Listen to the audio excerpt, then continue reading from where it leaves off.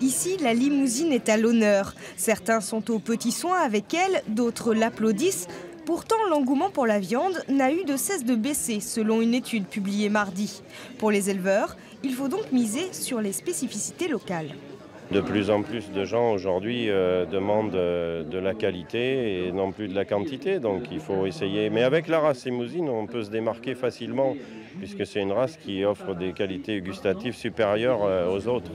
Effectivement, au Festival de l'agriculture de Panazol, les visiteurs ne restent pas insensibles aux produits du terroir. Si j'avais de la viande comme ça, j'en mangerais tous les jours. Moi, la bonne viande, ça me dérange pas. Mais de nos jours, la bonne viande, c'est fini.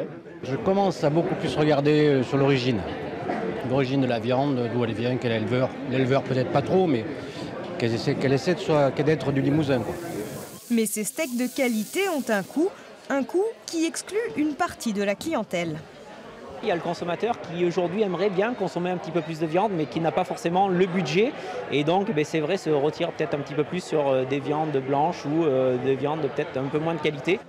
Alors que les Français boudent de plus en plus la viande rouge, certains agriculteurs ont décidé de développer des élevages plus rentables. Quand je me suis installé, on avait sur la ferme des ovins et des bovins. On avait un salarié, donc pour conserver le salarié, j'ai souhaité créer l'élevage cunois pour diversifier un peu l'exploitation.